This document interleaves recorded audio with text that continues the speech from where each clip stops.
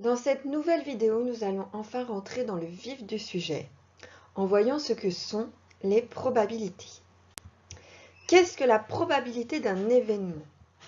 Par définition, lorsqu'on réalise un très grand nombre de fois une expérience aléatoire, la fréquence de réalisation d'un événement se rapproche d'une fréquence théorique, et c'est cette fréquence théorique que l'on appelle la probabilité de l'événement. Par exemple, lançons un très grand nombre de fois une pièce de monnaie équilibrée, c'est-à-dire qui n'est pas troquée, et on a obtenu les résultats suivants que l'on a représentés graphiquement. Donc, sur l'axe vertical, nous avons représenté la fréquence de l'événement obtenir face en fonction du nombre de lancers sur l'axe horizontal, l'axe des abscisses. Et on a obtenu les résultats qui défilent ici sous nos yeux. Plus le nombre de lancers a augmenté, plus la fréquence de l'événement s'est stabilisée autour de 0,5. Eh bien, on dit que la probabilité d'obtenir face est de 0,5. Et d'ailleurs, la probabilité d'obtenir pile est aussi de 0,5. Lorsque, comme dans cet exemple, les événements élémentaires ont la même probabilité de se réaliser, on parle d'équiprobabilité. Alors, regardons quelques exemples. Pour la pièce de monnaie, il y a deux issues, pile ou face, qui ont toutes les deux la même probabilité de se réaliser. Donc, si on appelle P obtenir pile et F obtenir face, on va pouvoir compléter notre arbre. Donc, la probabilité d'obtenir pile est 1,5, celle d'obtenir face est 1,5. On est bien dans une situation d'équiprobabilité. Pour le dé à jouer, nous avions 6 issues qui ont, si le dé n'est pas truqué, la même probabilité de se réaliser. Donc si on appelle 1 obtenir 1, 2 obtenir 2, on note que la probabilité d'obtenir 1 est 1/6. Tout comme la probabilité d'obtenir 2 est aussi d'1/6, tout comme chacun des autres événements. On est toujours dans une situation d'équiprobabilité.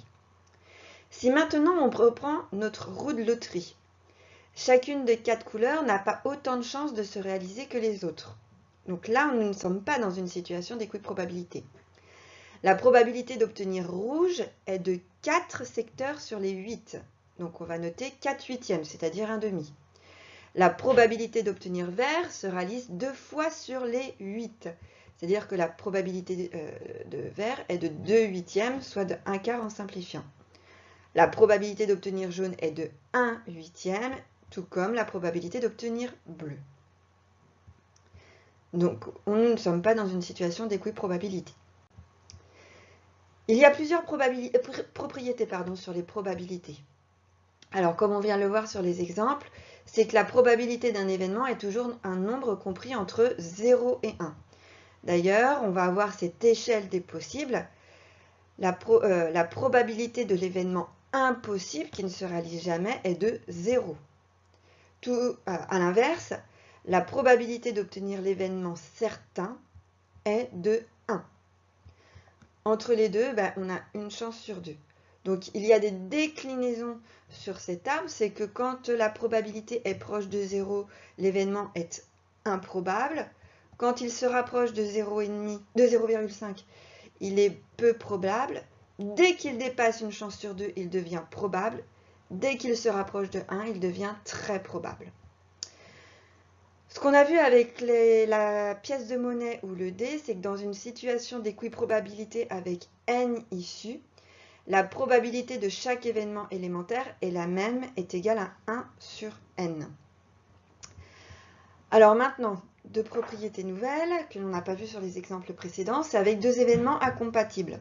Par exemple, si on appelle A et B deux événements incompatibles, la probabilité d'obtenir A ou B est égale à P de A plus P de B. Donc reprenons notre roue de loterie. Si on appelle A l'événement obtenir vert et B l'événement obtenir bleu, ce sont deux événements incompatibles. Donc la probabilité d'obtenir bleu ou vert est égale à la probabilité d'obtenir bleu plus la probabilité d'obtenir vert, c'est-à-dire 2/8 plus 1/8, soit 3/8. Dernière propriété qui concerne les événements contraires.